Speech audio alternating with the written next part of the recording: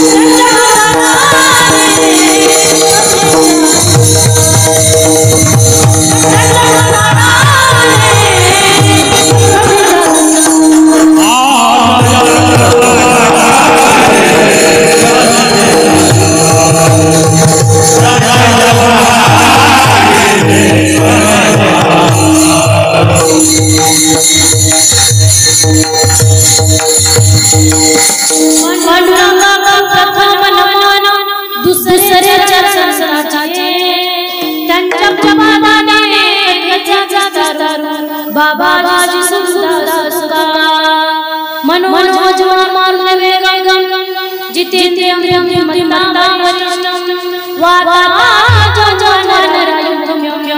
श्रीराम तुम शरणं प्रपद्ये हे दुःख भंजन मारुति नंदन सुनो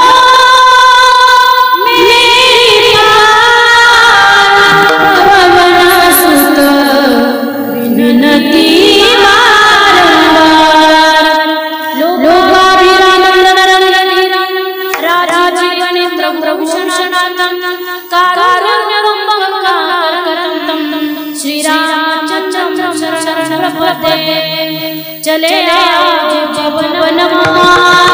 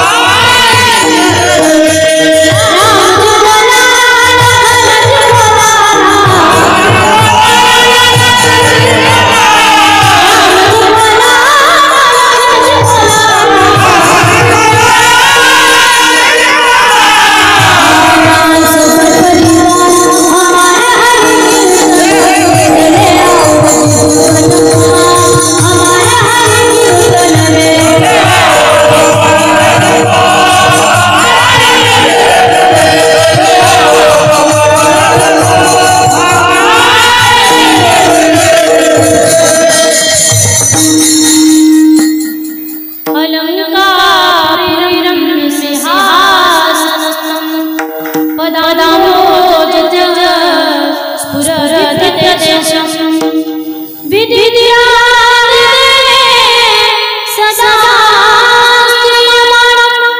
समाधिस्तमृतिं भजे ज्ञानदेवम् ओम ब्रह्मज्ञानेश्वरा करुणाकरा दयाळा तुमचा अनुग्रह लादलो पावन झालो चराचरी नमो सद्गुरु कया ज्ञानदीपा नमो सद्गुरु सच्चिदानंद रूपा नमो सद्गुरु भक्त कल्याण मूर्ती नमो सद्गुरु भास्करा पूर्ण कीर्ती राधा मेरी स्वामी मैं राधे जगदास जन्म जन्म है जियो श्री वृंदावन में वास राधा मेरी मात है विद्या मेरा घनश्याम इन दोनों के चरण में करूं बारंबार प्रणाम जय जय जय श्री राम जय जय जय नवल किशोर जय जय बुद्धि चित्त चोर प्रभु जय जय जय माखन चोर आता वरी स्वभाव श्री गुरुजयांचे स्मरण होय सगळे जन करण तेची वंदू चरण श्री गुरुचे ते नमस्कार आवडे निवासी तोय प्रकार नामाचा उच्चार रात्रंदिवस तुळशी माळ गळा गोपी चंदन टिळा हृदय कळवळा वैष्णवांचा प्रस्तुत प्रसंगी प्राप्त स्थळ कीर्तन विषयासाठी निवडलेला अभंग पैठणचे प्रसिद्ध साधू शांती ब्रह्मश्री एकनाथ महाराज नाथ महाराजांचा चार चरणाचा अभंग असून देवाची आवड व भक्ताचे नियम सांगणारा अभंग आजच्या सेवेसाठी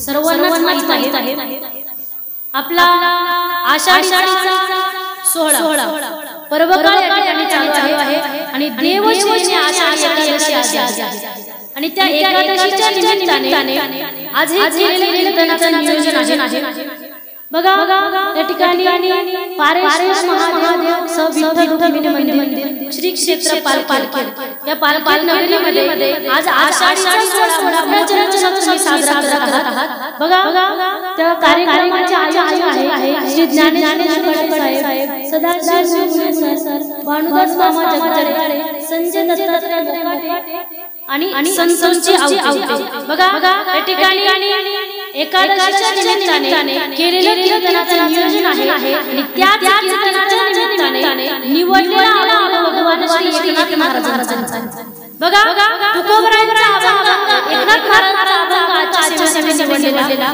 आहे एकनाथ महाराज या अभंगाद्वारे भक्ताचे नियम सांग आणि देवाची आवड सांग बघा एकनाथ महाराज या अभंगामध्ये काय सांगतात तर आवडे देवासी तो ऐका प्रकार कोणता नामाचा उच्चार रात्रंदिवस देवाला त्याचं नामस्मरण केलेलं आवड अजून काय आवडतं देवाला तुळशी माळ गळा गोपी चंदन टिळा हृदय कळवळा वैष्णवांचा देवाला गळामध्ये तुळशी माळ घालणे आवडते कपाळाला चंदनाचा टिळा लावलेला आवडतो आणि एवढं करत असताना या ठिकाणी वैष्णव वारकऱ्याच्या अंतःकरणामध्ये सर्वांच्या विषयी कळवळा पाहिजे याची चिंता करत नको अजून काय आवडतं देवाला काय वाटतं माहिती का आषाढी कार्तिकी पंढरीची वारी साधन निर्धारी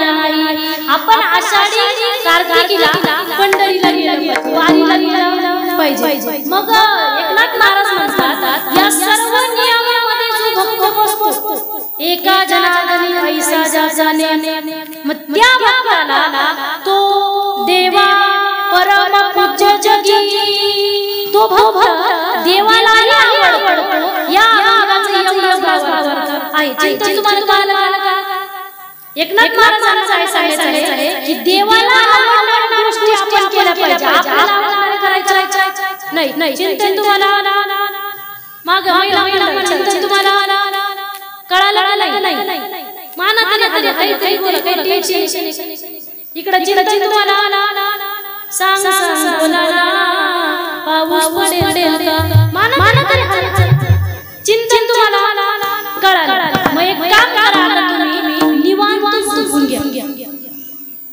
माझी भाषा निवांत झोपून घ्या, काहीच लोड घ्यायचं नाही, जात जात उठून दे। काही मी काम म्हणते माहिती का सर, काही लोकांना घरून अगदी फ्रेश निघतात, त्यांना वाटतं गेलं पाहिजे, ऐकलं पाहिजे, बसलं पाहिजे, थोडंसं परिवर्तन केलं पाहिजे, मित्र जातो म्हणून आपणही गेलं पाहिजे, त्याला वाटतं यावं, घरून अगदी फ्रेश येतो, पण या धर्म मंडपामध्ये आल्या त्याला डुबली येते, त्याची झोपच त्याला उमजू देत नाही। का होतं माहिती का, काही लोक काय म्हणतात सप्ताह कमिटी असेल, कार्यक्रमाचे नियोजक आयोजक असतील, त्यांनी वाईट वाटून घ्यायचे कारण नाही। काय म्हणतात यांच्या समोर ना किती मोठा बाबा आला तरी झोपतातच बोलतात असं, पण त्यांची चुकी नाही। बघा ज्यांना कीर्तनामध्ये प्रवचनामध्ये आल्या डुकली येते त्यांनी समजून घ्यायचं आमचं मागच्या जन्मीचं पाप आम्हाला कीर्तनामध्ये बसू दे। निद्रा घेलोळा सिद्धे गोदिया, निद्रा घेलोळा सिद्धे गोदिया,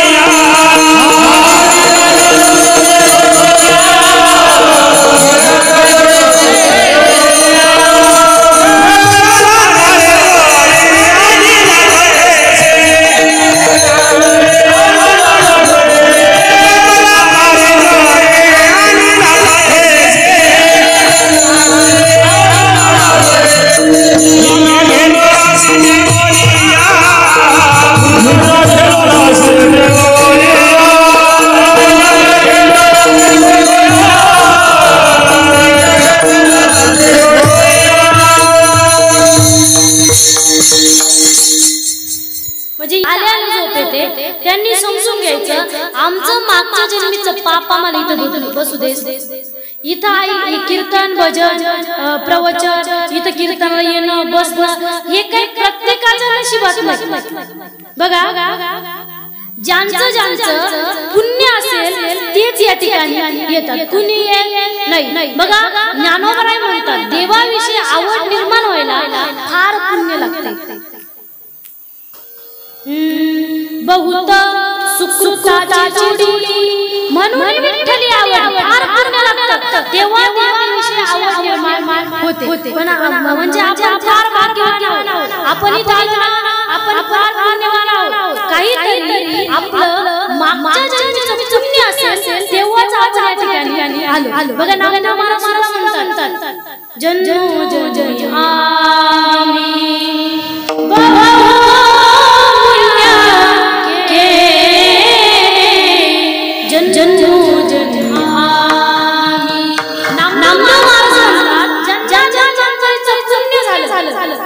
मग काय झालं तेव्हा या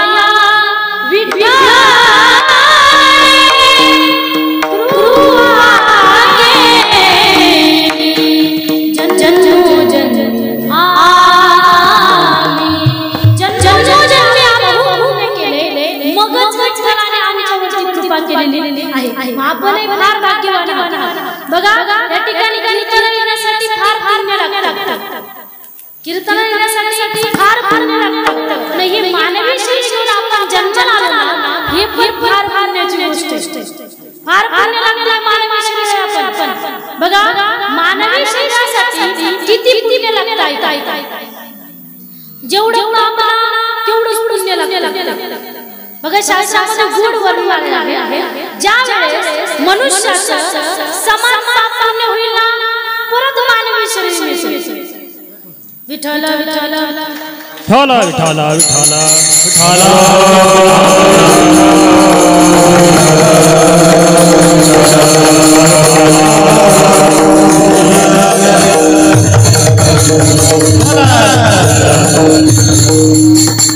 शास्त्रामध्ये वर्णन आलेलं आहे बघा 50 पैसे पुण्य 50 पैसे पाप मनुष्य शरीर लक्ष द्या आणि 75 पैसे पुण्य 25 पैसे पाप स्वर्गीयचे देह 75 पैसे पाप 25 पैसे पुण्य पशु पक्ष्यांचे देह म्हणजे मानवी शरीरासाठी समान पाप पुण्य लागतं जेवढं पुण्य ना तेवढं पाप लागतं काही लोक काय म्हणतील आमच्या जीवनामध्ये पापच नाही मग पुण्य करायची गरज नाही आम्हाला गरजच नाही आणि पाप करत नाही तसं नाहीये पाप करावं लागत नाही पाप हे घडत राहतं पावलं पावले आपल्याकडनं पाप हे घडत राहतं कसं घडतं एखाद्या वेळेस आपल्याला राग येतो एवढ्या रागामध्ये समोरून एखादा माणूस आपल्यासोबत जर बोलला तर तेवढ्या रागामध्ये आपण त्याला काही बोलून जातो म्हणजे त्याचं पाप आपल्याला लागतं कुणाचंही मन आपण दुखवलं ना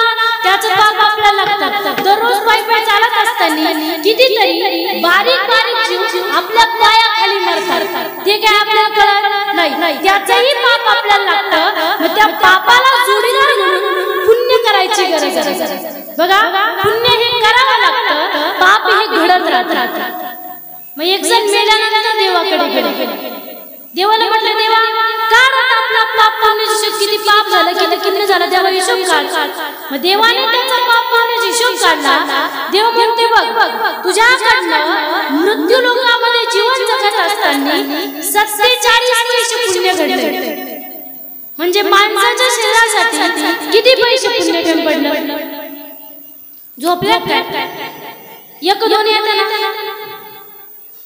3 पैसे पुण्य कमी पडलं मग देवाने त्याला सांगितलं देवा तू आता मला काय बनवणार माझं 3 पैसे पुण्य कमी पडतंय आता काय बनवणार मग देव त्याला म्हटलं बघ आता ना तुझं 47 पैसे पुण्य झालं मग या पुण्याच्या बदल्यामध्ये मी तुला आता बैल बनवलं पाहिजे आपल्या बैलाला कुणालाच नको मग ते पण म्हटलं नाही देवा एक काम कर एवढ्या माणसं शरीर आहे आता गेलो का पुन्हा जाईल पुण्य करील मगच तुझ्या करील काही लोक म्हणतात बरं का आता हा जन्म या जन्माचे राहिले ना ते पुढच्या जन्मात म्हणतात काही आमच्याकडे पण म्हणतात मग ते काय होतं माहिती का काही टीव्हीत ऐकायला तुम्हाला हमारा सात जन्म लोकांना वाटतं माणसाचे 7 जन्म राहतात तसं काही नाही राहत माणसाचं शरीर फार पुण्याने मिळतं बघा 84 लाख जीव आहे प्रत्येक योनी जावं लागतं मग लागे वारा मानवाचा एवढ्या योनीतून जाऊन आलं का एक योनी कोटी फेरा प्रत्येक योनीमध्ये कोटी वेळेस जावं लागतं मगच मानवी शरीर भेटतं मग तो काय म्हणला देवा आता एवढ्यांदा माणसं शरीर दे आता गेलो का पुण्य करेल आणि मगच तुझ्याकडे देव म्हटलं नाही आपला हिशोब कसा आहे 50 पैसे पुण्य 50 पैसे पाप तुझं 3 पैसे पुण्य कमी पडते आता काय तुम्हाला डोकं लावू नको माझा शेवटचा निर्णय आता मी तुला बैलच बनवणार असं म्हटल्याच नंतर त्याला टेन्शन त्याने पण देवाला शेवटचं वाक्य वापरलं लक्षपूर्वक काय कर देवाला तो म्हणतोय देवा तुला वाटतं माझी वाट बैलासारखी असेल देवा तुला वाटतं मी बैल बनावा मग एक काम कर ना जन्म माणसाचं दे बैलासारखं वागलं बस म्हणजे बाकीचे 47 पैसे काही नकाला का आउट ऑफ कव्हरेज विठ्ठल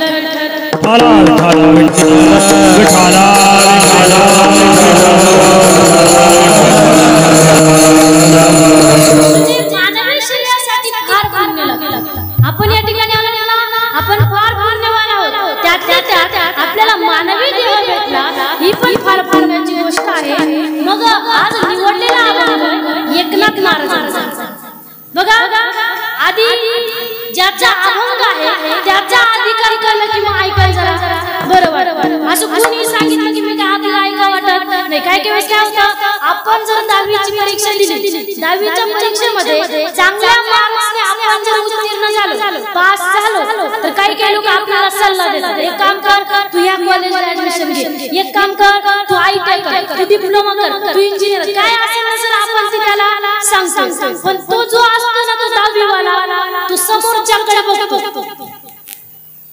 तो त्याचंच ऐकतो ज्याला त्याचं ज्ञान आहे, तो काही कुणाचे ऐकत नाही. एखाद्याने दुसरी तिसरी शिकेल असेल, त्यानं जर सांगितलं तू सायन्स घे ना, तो काही त्याचं ऐकत नाही. म्हणजे समोरच्याचा अधिकार बघतात मगच ऐकतात. तसं सांगणारे ज्ञानोबर आहे, तुकोबर आहे, एकनाथ महाराज सारखे अधिकार संपन्न महात्मा. बघा कोण एकनाथ महाराज आधी सांगणाऱ्याचा अधिकार सांगतात, मग ऐकायला तुम्हाला काय बरं वाटत. बघा एखाद वेळेस काय होतं, काही लोकांना त्याचं ज्ञान नसतं आणि समोरच्याला सांगायचा प्रयत्न करतात, अधिकार पण नसतो. पण ज्ञानोबर आहे, तुकोबर आहे, एकनाथ महाराज सारखे अधिकार संपन्न महात्म्यांना त्यातलं पूर्णत्वाने ज्ञान येतं, म्हणूनच आपल्याला त्या गोष्टी सांगितल्या. एकनाथ महाराजांचा अधिकार सांगून जाईल तुम्हाला. बघा एकनाथ महाराज एकमेव संत असे आहे जे शांत आहे, श्रीमंत आहे आणि संत आहे. बघा काही संत आहे तर काही श्रीमंत नाही. बऱ्याच ठिकाणी आपण वर्णन ऐकलं आहे बऱ्याच संतांचं, पण एकनाथ महाराज तिन्ही गोष्टीमध्ये एक नंबर होते. श्रीमंती तर फार होती एकनाथ महाराजांची. एकनाथ महाराजांच्या श्रीमंतीचं बरंच वर्णन आलेलं आहे. बघा एकनाथ महाराज फार अधिकार संपन्न महात्मा.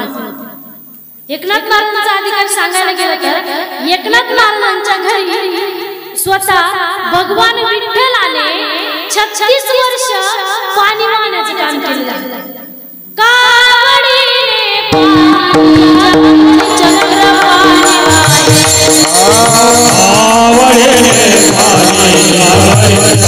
पाणी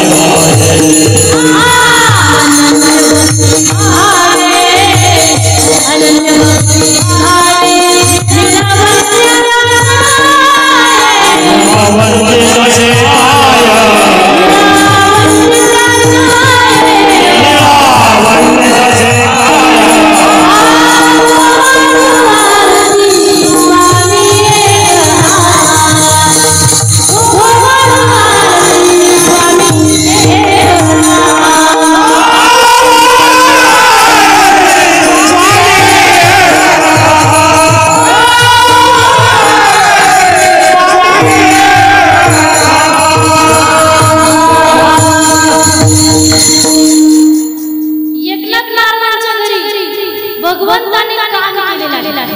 बघा अजून तुम्हाला सांगेन एक वेळचा प्रसंग आहे, नाथबाबांचा अधिकार सांगते. एक वेळचा प्रसंग आहे, नाथबाबांनी तीर्थयात्रा करण्याचं ठरवलं. तीर्थयात्रा करता करता बीड जिल्ह्यामध्ये अंबाजोगाई नावाचं एक गाव आहे. त्या गावामध्ये नाथ महाराज गेले आणि त्या गावात गेल्यानंतर नाथ महाराजांना माहित होतं अंबाजोगाई गावाची खासियत आहे, या ठिकाणी एक असे महात्मा आहे की त्यांना दत्तप्रभू प्रसन्न असतात. त्यांचं नाव होतं दासोपंत स्वामी. दासोपंत स्वामी त्यांचं नाव होतं. नाथबाबांनी विचार केला एवढ्या लांबून आलो तीर्थयात्रा करत करत, मग त्या महात्माचं दर्शन घेतलं पाहिजे.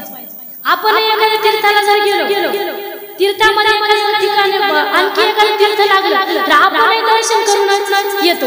जाता जाता आपल्या प्रवासामध्ये जर एखादं तीर्थ लागलं, प्रत्येक जण तिथं 2 मिनिटं थांबतो, आपण दर्शन करतो, मगच निघून येतो. तसंही नाथबाबांनी केलं. त्या ठिकाणी गेले आणि मग त्या गावामध्ये विचारलं दासोपंत स्वामी या ठिकाणी कुठे राहतात. एकनाथ महाराज गेले भेटायला गेल्यानंतर एकनाथ महाराज दासोपंत स्वामींच्या घरी गेले आणि दासोपंत स्वामींच्या दरवाजा समोर एका चोपदाराने नाथबाबांना अडवल्यानंतर नाथबाबांना त्या चोपदाराने सांगितलं बघा स्वामीजींच्या आजूबाजू पूजा चालू आहे, पूजा आटोपली की मग तुम्हाला दर्शन, मग तुम्हाला भेटता येईल. म्हणून आता शांत होते. ठीक त्यांची पूजा होते, व्यवस्थित होते. का तर त्यांच्या पूजेचं सामर्थ्य होतं, दत्तप्रभू प्रसन्न होतं. आपण गडबड करण्याच्या ठिकाणी जाऊच नाही म्हटलं. नाथबाबा बाहेरच बसले. बाहेर बसल्याच्या नंतर दासोपंत स्वामींची पूजा आटोपली. पूजा आटोपल्यानंतर जे जे भेटायला आले प्रत्येकाला मध्ये सोडण्यात आलं आणि मग तिथंच नाथबाबा गेले. नाथबाबा गेल्याच्या नंतर मग दासोपंत स्वामींनी नाथबाबांनी आलिंगन घातल्याच्या नंतर दर्शन घेतल्याच्या नंतर मग दासोपंत स्वामी म्हणले कोण तुम्ही? त्यांनी सांगितलं माझं नाव एकनाथ आहे. नावाच्या समोर काहीच नाही लावलं. हरिभक्त पारायण असेल काहीच लावलं, कोणतीच पदवी लावली नाही. माझं नाव एकनाथ आणि माझं गाव आहे पैठण असं सांगितल्याच्या नंतर मग दर्शन बोलणं झालं. सर्व झाल्याच्या नंतर नाथबाबा पुन्हा निघाल्याच्या नंतर दासोपंत स्वामींना नाथबाबा म्हणतात स्वामीजी मी आता एवढ्या लांब तुमच्या दर्शनासाठी आले. मी इथं तीर्थयात्रा करत होतो. तीर्थयात्रा करता मला माहित होतं अंबाजोगाई गावाची खासियत आहे की तुम्ही पूजा करायला बसल्याच्या नंतर दत्तप्रभू प्रसन्न होतात. मग दासोपंत स्वामी म्हणले खरं आहे, थोडासा अहंकार होता. कशाचा? भगवंत प्रसन्न होता याचा थोडासा अहंकार होता. नाथबाबा म्हटले ती माहिती मला म्हणून चालतं. असं म्हटल्याच्या नंतर नाथबाबा म्हणताय बघा स्वामीजी मी तर आलो तुमच्या दर्शनाला, पण यदा कदाचित एखाद्या वेळेस पुढे तुमचा कधी पैठणाचा चक्कर झाला तर या एकनाथच्या घरी असं आमंत्रण दिलं. नाथबाबा निघून गेले आणि बऱ्याच दिवसानंतर तोही दिवस उजाडला. दासोपंत स्वामी पैठण मध्ये आले. पैठण मध्ये आल्याच्या नंतर मग त्यांना आठवलं एकनाथना आपल्याला आमंत्रण दिलेलं आहे माझ्या घरी या म्हणून. असं आमंत्रण आपण केलं पाहिजे. मग त्या ठिकाणी विचारात एकनाथ पारावरती काही लोक बसले होते पैठणामध्ये. त्या लोकांना विचारलं इथं एकनाथ कुठं राहतात? ते लोक म्हटले पहिले तुम्ही ना एकनाथ महाराज एकनाथ म्हणून. तिथंच थोडासा कमी झाला. मग ते म्हटले बरोबर एकनाथ महाराज कुठं राहतात? मग सांगितलं समोर जा म्हटले. त्यांचा मोठा संवाद आहे आणि तोच वाडा एकनाथ महाराजांचा आहे. मग ते चालत पुढे गेल्याच्या नंतर दासोपंत स्वामींनी बघितलं एकनाथ महाराजांचा वाडा आणि वाडा बघितल्याच्या नंतर घाईघाई त्या वाड्यामध्ये शिरायला मध्ये जायला लागला. जाता तिथं जो प्रसंग घडला होता चोपदाराने अडवलं. इथं पण तोच घडला. दासोपंत स्वामींना एका चोपदाराने अडवलं आणि चोपदाराने अडवल्याच्या नंतर दासोपंत स्वामींना लई राग आला. का बरं मी पूजेला बसल्याच्या नंतर दत्तप्रभू प्रसन्न होता आणि एक सामान्य चोपदार मला अडवतोय. इतका राग आला का राग आला माहिती का? पैठणामध्ये एकनाथ महाराज मला भेटायला आले होते. याला कळत नाही मी कोण आहे. इतका राग आला. एवढ्या रागामध्ये राग त्याच्याकडे पाहिलं चोपदाराकडे पाहिलं बघतच राहिले आणि त्या चोपदाराला म्हटले मी तुला कुठेतरी पाहिलं. तुला ना कुठेतरी पाहिलं. किती बी गडबडीत राहू प्रवासामध्ये एखाद्या माणसाला पाहिलं आपण सारखं याला कुठेतरी पाहिले. किती गडबड राहू आपल्याला आठवल्याशिवाय आपण काही सोडत नाही. तसं त्या दासोपंत स्वामींनी विचार करायला सुरुवात केला. याला कुठेतरी पाहिलं. कुठं पाहिलं विचार करता लक्षात आलं दत्त चौपदारी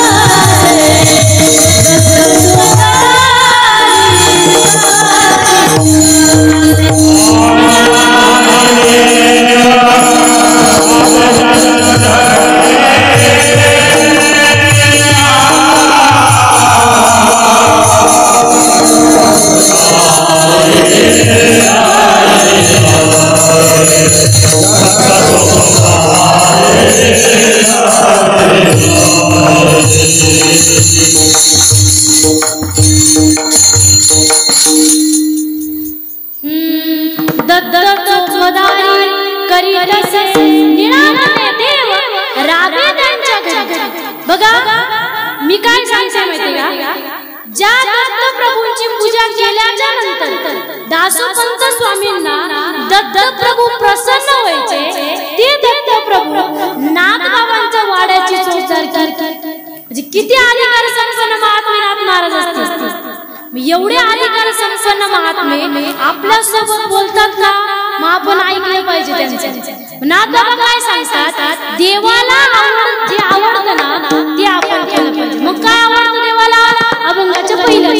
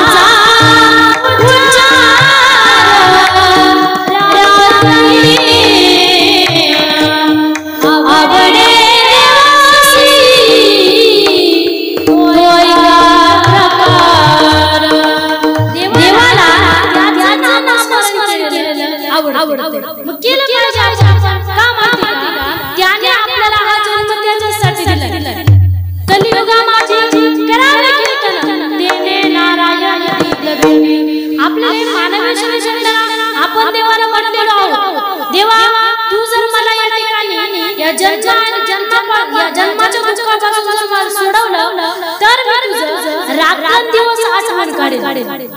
आठवेन काय हा माझा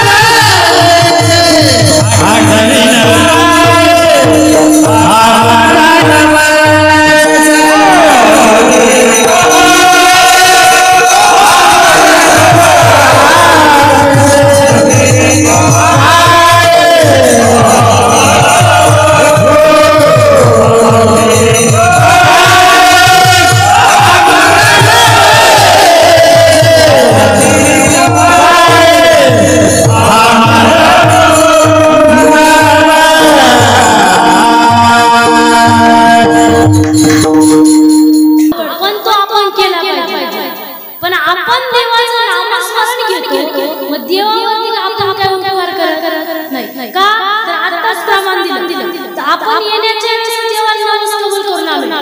आठवीन पाया हा माझा नवस रात्री दिवस पांडुरंगा. कोणता नवस कबूल केलाय? मी तुझी रात्रंदिवस आठवण काढेन. असं नाही खरं बघा. तुम्हाला माहिती महिला आपण जर नवस कबूल केला तर तो फेडावा. आपल्याला सवय राहते जिथं गेलं जिथं गेलं नवस. कुठल्याही लगेच म्हणजे आपण प्रत्येक ठिकाणी नवस कबूल करतो, पण तो नवस असा आहे तो फेडला नाही तर आपल्या जीवनामध्ये काही दुःख येतं. तुम्हाला मला सांगून जाईल, आपण जन्माला येण्याच्या जो नवस कबूल केलाय तो जर फेडला तर बाकीचे नवस कबूल करायची गरज नाही. कोणता नवस केलाय? की मी तुझी रात्रंदिवस आठवण काढेन. रात्रंदिवस काय केलं महिना देवाचा त्यांचा संबंधच राहत पण केलं पाहिजे. का माहिती का? देवाला वाटलं याला मला नवस कबूल केला, रात्रंदिवस आठवण काढला, असं नवस कबूल केला आणि मला नवस केलेलं आवडतंय. मग देवाने आपल्याला त्याला त्याचं नवस कबूल केलेलं आवडतं म्हणून आपण सुखाने जन्माला घातला. पण देवाला वाटत नाही झाली. देवाला वाटलं याला सुखाने जन्माला घातलं म्हणजे माझं नामस्मरण करते, पण तसं काय झालं नाही. बघा तुम्हाला सांगून जाईल व्यवहारिक आहे. एका गावामध्ये काय झालं, देवाला वाटलं काय झालं त्याच्यावर सांगते. एका गावामध्ये काय झालं, एक म्हातारी बाई होती आणि तिने ठरवलं आपल्या काय करायचं आता गुडघे साथ नाही, हात पाय काम नाही, कंबर वापरू देत नाही. मग आपण काय केलं पाहिजे? आपल्या पोराचं लग्न केलं पाहिजे. पोराचं लग्न झालं म्हणजे सुनबाई घरात येते की नाही का? पोराला घेऊन जाते. सुनबाई घरात येते. सुनबाई घरात आली म्हणजे कामाचं लोड कमी होतो. अलीकडे वाढवायला लागला की जुन्या काळात. मग त्या हिशोबाने काय केलं, पोराचं लवकरच लग्न केलं. लग्न झाल्यानंतर मग 4-8 दिवस आपल्याकडे पद्धत आहे, नवीन काही काम सांगत नाही. नंतर किती का सांगायचं 4-8 दिवस काहीच काम नाही. मग त्यांनी तसंच केलं. 8 दिवस झाले काही काम सांगितलं नाही, 15 दिवस झाले काही काम सांगितलं नाही, महिना झाला काही काम सांगितलं, 1.5 महिना झाला काही काम सांगितलं, अजून वाढवायचं. 1.5 महिना झाला काहीच काम सांगितलं नाही. घरातल्यांनी काम सांगितलं नाही म्हणून पोरगी स्वतःहून कामाला उठली नाही. तिला वाटलं चालू आता आई तर सर्व, ती उठलीच नाही. आणि मग सासूबाईला टेन्शन आलं, ती आपल्या पोराकडे गेली. पोराला बघलं बाळा तुझी बाजू काही कामच करीत, तिला काही काम सांग इथं नाही ना ते सोडून त्यांच्याकडे पाणी नका. काही लोक उदाहरण दिलं कोणावर बसलं ते फिट बसायचं परिवार. मग ते म्हटले बघ ना बाळा तुझी बाजू काही कामच नाही, तिला काही काम सांग, तुझं काम आहे तिचं कर्तव्य आहे, तुझी बायको आहे, काहीतरी काम सांग. मग ती म्हटली तो म्हटलं आई तुला सांग तर मी लई घाबरतो. पोरं आली घाबरतात पहिलेच मिळत नाही. बरोबर ना? इकडे भेटते ना? नाही पहिले घाबरून राहतात. थोडं जेवढं बोलतो निघून गेली काय करायचं, त्याच्यापेक्षा ते बोलतीच नाही. मग तो म्हणतो मग आई तुला सांग मला काही सांगू नको, तुला तिला काय काम सांगायचं मी काही सांगणार नाही. ती म्हटली बघ बाळा तुलाही सांग मलाही सांग. आपण काहीतरी नियोजन केलं पाहिजे म्हणजे पोरी कामाला उठेल. त्यांनी नियोजन केलं. सासूबाई म्हटली मी सकाळी घरा जायला सुरुवात करणार. मी घरा जायला सुरुवात केली का तू माझ्याकडे यायचं, तू मला थांब आई तुझं घर झाडायचं वय नाही, घर मी झाडतो असं म्हटलं. मी म्हणा नाही मी म्हणा नाही बाळा माझं कुठं घर झाडतात का नाही, मीच घर झाडतो. आपण दोघांनी भांडण करायचं. तू म्हणायचं घराने झाडणार, म्हणायचं नाही म्हणणार घर मी झाडणार, असं भांडण करायचं. आपलं भांडण झालं की ती आपल्याकडे ती आपल्याला काय म्हणाल तुम्ही दोघे एवढे भांडण केल्यापेक्षा घर मी घर मी झाडते. मग त्यांनी त्यांनी असे नियोजन अतिशय गोड केले, अतिशय नियोजनबद्ध काम केलं. काही लोकांचं नियोजनबद्ध काम राहतं, काही लोकांचं नियोजनबद्ध राहतं. म्हणजे त्यांचं नियोजनबद्ध काम होतं. ती सासूबाई सकाळी सकाळी उठली घराला सुरुवात केली ठरल्याप्रमाणे. तिच्या मनात मोठा आनंद होता, आजपासून सुनबाईच काम करणार. मग त्यांनी ठरल्याप्रमाणे तो म्हणायचं मी जाणार असं त्यांचं भांडण ऐकलं की खरं त्यांच्याकडे आल्याच्या नंतर तिनं मामाचं वादाचं कारण विचारलं. यांनी सांगितलं सासूबाई म्हटली बघ ना बारा वाजता हट्ट करायला गरम जाणार. मी म्हटलं माणसं घर जाणार जरी माझा कंबर वापरू येत नाही ना, जरी माझी गुडघे दुखतात ना तरी गरम जाणार. तो म्हणतो बघ ना ग आईचं कंबर वापरू येत नाही, आईची गुडघे दुखतात, आईला घर जाणार शरीर साथ देत नाही. मग मी काय म्हटलं जरी मी माणूस असं तरी मीच जाणार. ती म्हणते एवढंच. तिनं त्यांच्या भावनावरती 5-10 मिनिटं चांगला विचार केला आणि विचारपूर्वक त्यांना उत्तर दिलं. ती म्हणते एवढे भांडण केल्यापेक्षा, एवढे वाद केल्यापेक्षा 8 दिवस तुम्ही जाणार, तुम्ही जाणार. म्हणजे त्यांना काय वाटलं होतं असं नियोजन केलं म्हणजे सुनबाई काम करते, पण तसं काही झालं नाही. म्हणजे त्यांना वाद नाही काही झालं, तसं देवाचं झालं. देवाला काय वाटलं याला म्हणजे माझं नामस्मरण करते, पण तसं काही झालं नाही. पण केलं पाहिजे, त्याला त्या गोष्टी आवडतात ना आपण त्या केल्या पाहिजे. आपल्याला काही उपयोग नाही, त्याला जे आवडतं तेच केलं पाहिजे. आणि नामस्मरणाचा फायदा फार मोठा आहे. प्रत्येकाला माहिती आहे जळ केलं पाप जन्माजन्मांतरीचं पाप जळतं. नामस्मरण बऱ्याच जणांनी केलं बघा. नामस्मरणाच्या जोरावरती वाल्मिकी झाला आणि केले रामाने इतकी कीर्ती वाढली की राम जन्माला यायच्या आधीच रामायण ठेवून जे नामस्मरणाचा फार मोठा फायदा आहे. मग ते देवाला आवडतं ना, ते आपण केलं पाहिजे. अजून देवाला काय आवडतं अभंगाच्या दुसऱ्या चरणात तुळशी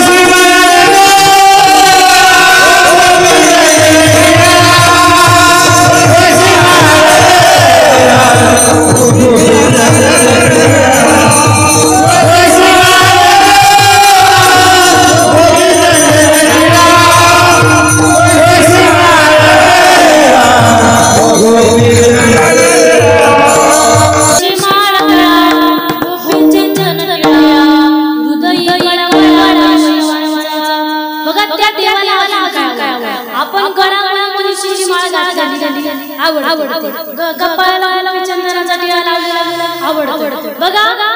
तुळशी माळ घातल्याचा फायदा आहे बघा. काय राहते गावामध्ये जास्त कुत्रे झाले, गावामध्ये जर जास्त कुत्रे झाले मग आपण काय करतो म्युनिसिपालिटीची गाडी बोलवतो आणि त्यामध्ये कुत्रे भरून काढून आणतो पण ते कुत्रे भरत असताना तिथं हुशार माणूस असतो ते कुत्रे भरायला सुद्धा हुशार माणूस तो माणूस काय करतो माहिती का ज्या कुत्र्याच्या गळ्यामध्ये पट्टा नाही त्याला पाठवतो ज्याच्या गळ्यात पट्टा आहे त्याला काय जाऊ दे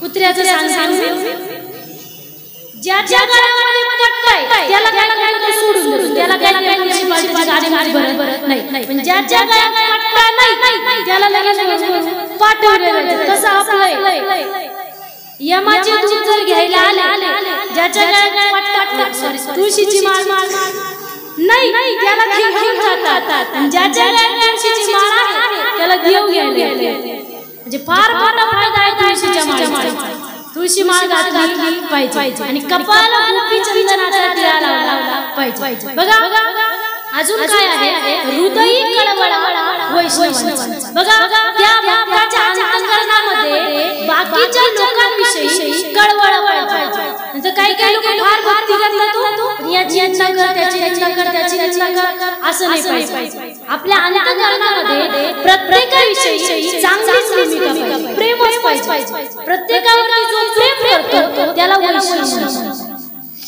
म्हणतात मग या मृत्यू लोकांमध्ये आपण जीवन जगत असताना आपण भक्ती करत असताना आपण नामस्मरण करत असताना आपण 3 गोष्टी नामस्मरण भक्ती केली 3 गोष्टी एकत्रित आल्या तरच ते नामस्मरण ठरते तरच ती भक्ती ठरते कोणत्या आहे का पहिली गोष्ट म्हणजे ही वाचा दुसरी गोष्ट हे शरीर आणि तिसरी गोष्ट म्हणजे मन भक्तीमध्ये मनाला फार महत्त्व आहे चित्त नाही किती नामस्मरण केलं चित्त तिथं नसताना उपयोग नाही या मनाला उपदेश केला या मनाला ताब्यात घेणं गरजेचं आहे आणि मन आपल्याला ऐकायचं नाही त्याच्या मनालाच कर आपला मन जर म्हणलं ना आज एकादशी आहे मग आपण गावगावी कीर्तनाचं नियोजन केलेलं आहे गावकऱ्यांनी मग आपण गेलं पाहिजे पण मन जर म्हटलं नाही सिरियल बघायचं घरीच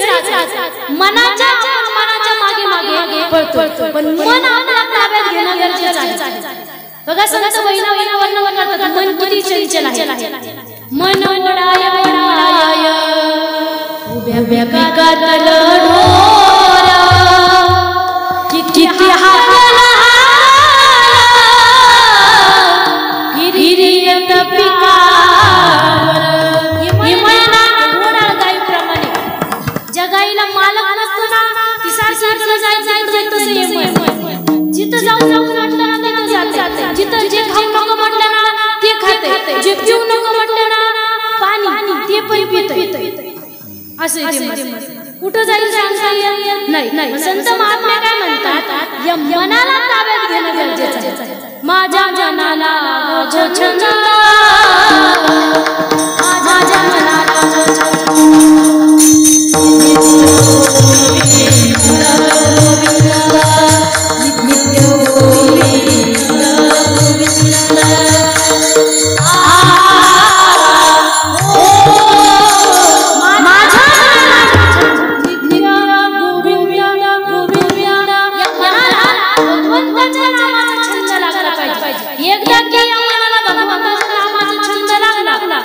आता कुठे जावे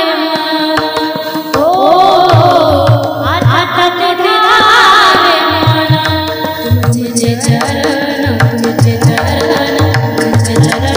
देखलिया आगणे नशीन गेला आगणे नशीन गेला म्हणजे या मनाला ताब्यात घ्यायचं आहे दुसरी गोष्ट म्हणजे वाचा या वाचाने व्यर्थ बडबड केल्यापेक्षा घेई माझे वाचा गोड नाना विठोबाचे बोलू ऐसे बोले जे बोले विठ्ठल बोले आपण आनंद पाहिजे की त्या विठ्ठलाला विठ्ठल आनंद झाला पाहिजे इथं काही लोक इतके बोलतात त्यांच्या बोलण्याला एक टक्काच राहतात ज्ञानोबराय मी माझं सांगतच नाही बरं का ज्ञानोबराय वर्णन करतात अनंत वाचा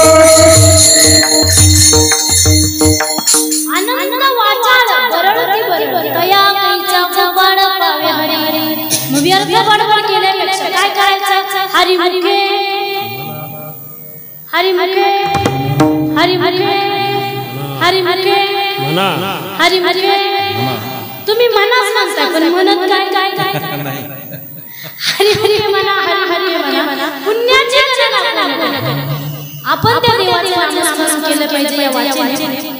आणि तिसरी गोष्ट म्हणजे हे शरीर जवळ हे सगळं आहे हात चालावया तव तू आपले स्वहित पाहे तीर्थ या जाय नको.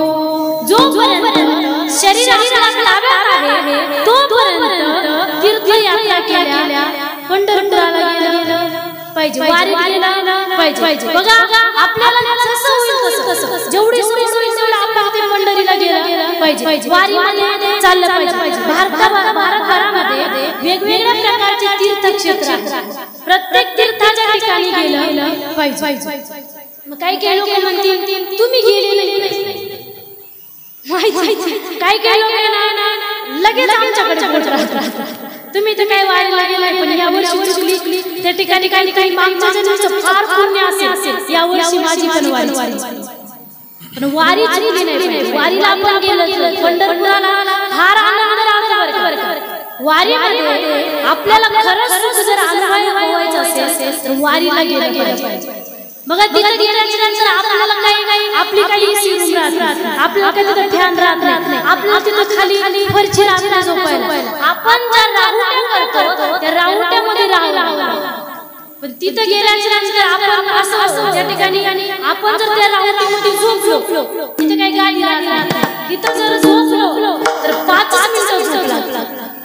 आजबाज घरी या त्या कानी घरी काही झोप लागत नाही पण तिथं गेल्यानंतर कसंही राहू द्या पंढरीच्या वारीमध्ये आपल्या त्या ठिकाणी सोय जरी नसते ना तरी इतका आनंद मिळतो. पंढरीच्या वारीपासून जर घरी आलो तर आपल्याला असं पुढच्या वर्षी कशी कधी वारी पुढच्या वर्षी कशी कधी वारी म्हणजे इतका आनंद वारीमध्ये आहे. पण कधी गेलं पाहिजे पहिले शब्द टाकला संत महात्मांनी जवळ हे सगळं सिद्ध आहे जोपर्यंत आपलं शरीर आपल्या ताब्यात तोपर्यंतच गेलं पाहिजे. हे म्हातारा माणसाला वाटतं पंढरपुराला जायचं हात पाय काम देत नाही मग तरुणपणीच आपण गेलं पाहिजे पंढरीला वारीला गेलं पाहिजे. पण काही लोकांना स्वतः पण जात नाही दुसऱ्याला आमच्याकडे काय होतं असं जर त्या ठिकाणी पंढरपुराला वारकरी निघाले काही लोक प्रामाणिक राहतात त्या ठिकाणी त्यांचे जॉबमुळे बिझनेसमुळे फार शेती असते शेतीमुळे व्यवसायामुळे वेगवेगळ्या प्रकारची बरीचशी कामं राहतात त्या ठिकाणी त्या कामामधून त्यांना काय पंढरीच्या वारीला जायला जमत नाही. मग ते लोक काय करतात माहिती का गावामध्ये जर दिंडी सोहळा आला तर विनाकाराचं पूजन करणार त्या ठिकाणी वारकऱ्यांचं दर्शन घेणार वारकऱ्यांना विचारणार तुम्हाला पाणी पाहिजे का चहा पाहिजे का नाश्ता पाहिजे का जेवण पाहिजे का राहण्याची सोय नसेल तर आम्ही सोय करतो असं ते विचारतात. स्वतः जात नाही सेवा कोणाची वारकऱ्यांची.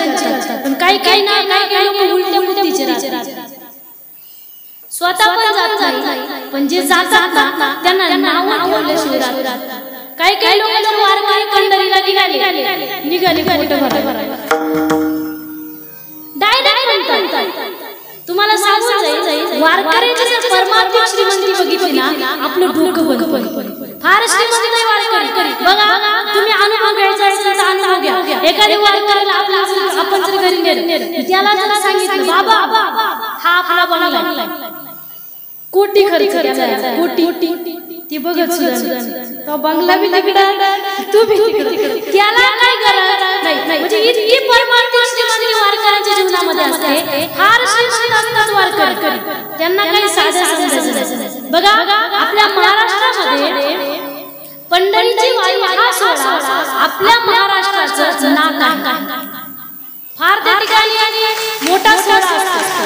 या सोहळ्याला नाव ठेवण्याचा अधिकार आपल्याला जायचं आपण जाऊ नका, म्हणजे जातात त्यांना नाव ठेवण्याचा अधिकार नाही. बघा ज्ञानेश्वरी आपल्याला आवडत नाही, वाचू नका. ज्ञानेश्वरीच्या विचाराला नाव ठेवण्याचा अधिकार आपल्याला नाही. बघा ज्ञानेश्वरीचा एक शब्द म्हणजे ज्ञानोबा, एक ओळी म्हणजे माऊली आहे. ज्ञानेश्वरीला नाव ठेवण्याचा अधिकार आपल्याला नाही. मग म्हणजे आपण पंढरीला गेलो, आपण पंढरीला गेलं पाहिजे. मग सहज आपल्यासारखं निघाले, बाबा चला पंढरीला, सहजच म्हणतो. आपण काय करतो, आपण जर पंढरीला निघाले, सोबत जर कोणी असलं तर कुठली तीर्थयात्रा आपल्याला सोबत जर कोणी चांगला माणूस असला ना आपल्याला बरं वाटतं. आपण सहज जर म्हणलो चला पंढरीला, त्यांचं ठरलेलं उत्तर बघू तो कधी बोलतो, तो कोण देव विठ्ठल पांडुरंग. म्हणजे काय फुल घ्यायला तो आपल्याला बोलवेल, त्याला गरजच नाही. बघा ज्ञानेश्वरीमध्ये वर्णन आहे, जो मज होय आणि शरण त्याची निवारी जन्म मरण या लागे शरणागता शरण मी जीव. भगवंत म्हणताय मी एकटा आहे की ज्याला शरण आल्याच्या नंतर तुमच्या जीवनामध्ये जन्म आणि मरणाची येरझारी पासून तुम्ही सुटशा. आणि मी काय तुम्हाला बळच बोलवत, ज्याला यायचं तरी चालत वर्णन बघा, याला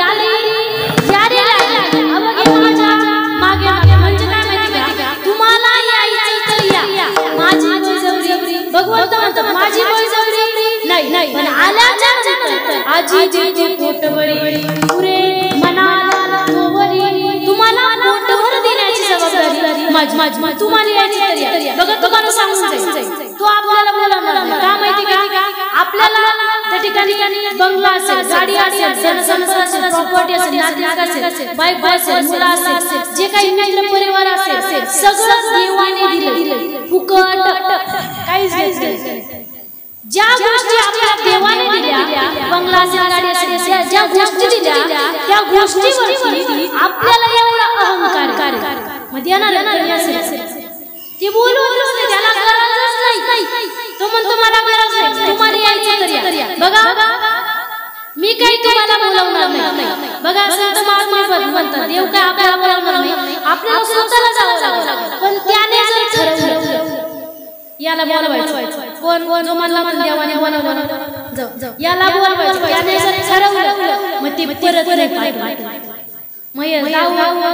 महिने वर्ष संपला, म्हणजे त्याने बोलवण्याच्या आधी जाणं गरजेचं आहे. पंढरपुराला गेलं पाहिजे, पण कधी जेव्हा हे सगळं जाय. तिसरी गोष्ट म्हणजे शरीर. या शरीराने आपण पंढरीला गेलं पाहिजे, पण कधी अभंगाच्या तिसऱ्या आषाढी कार्तिकी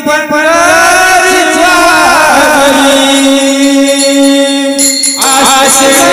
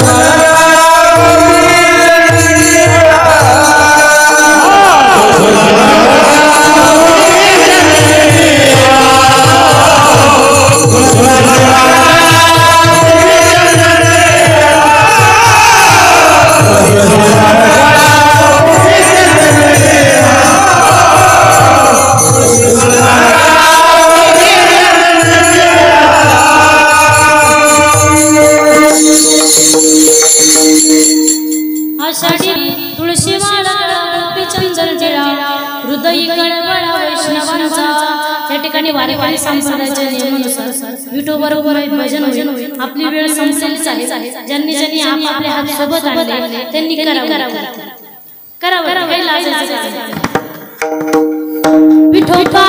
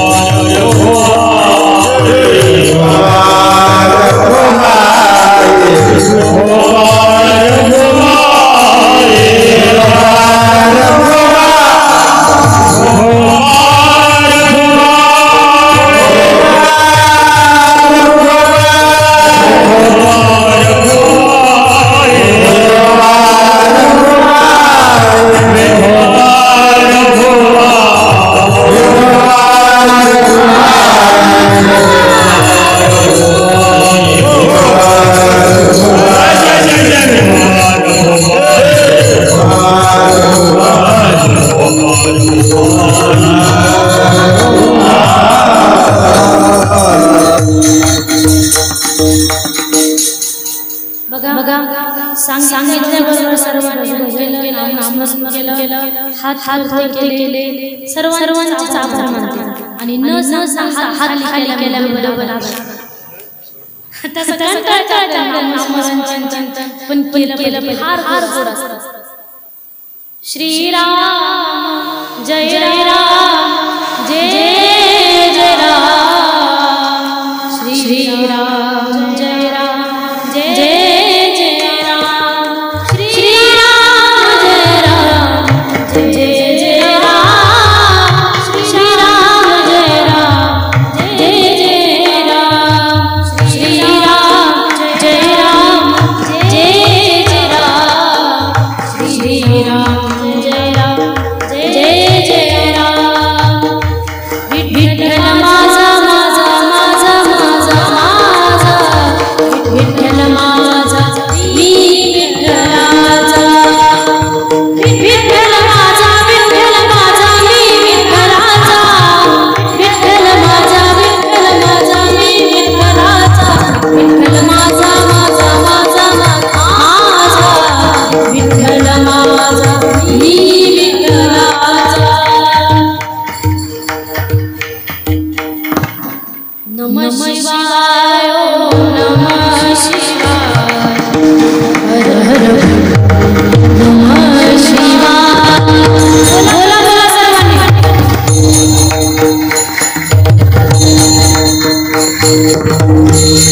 शिवाय नमः शिवाय ओम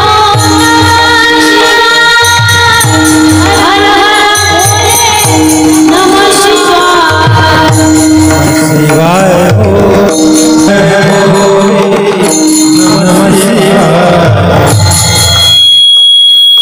नमः शिवाय शिवाय नमः शिवाय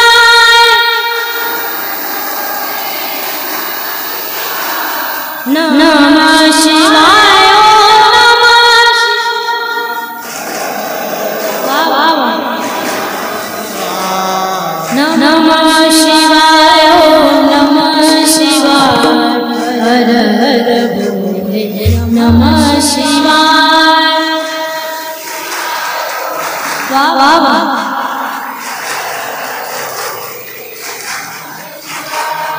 फार गोड आहे देवाचं नामस्मरण केलं ना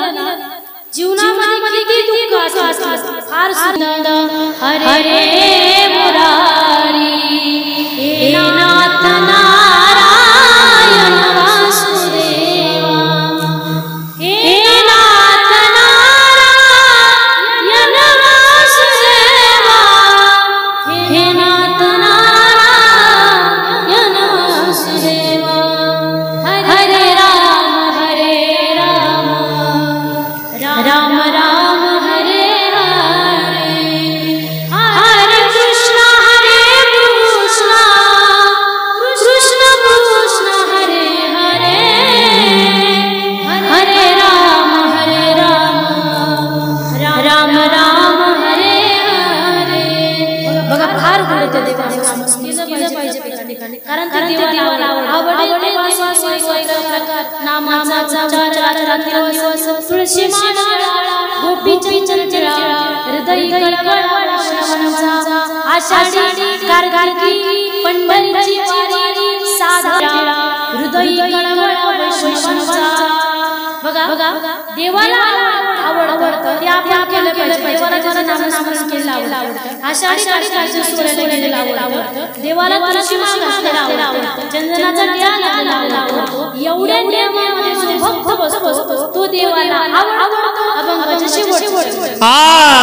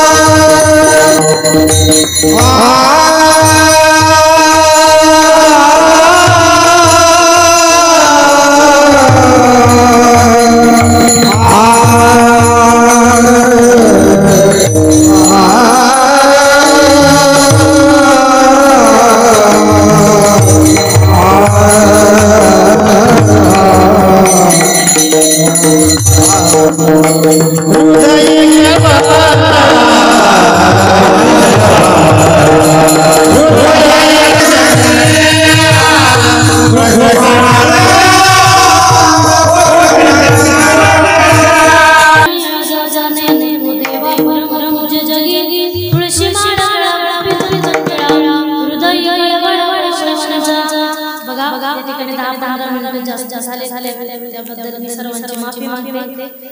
या ठिकाणी झालेली सेवा भगवंताच्या चरणी समर्पित करून सेवेला या ठिकाणी पूर्ण विराम. ज्ञानेश्वर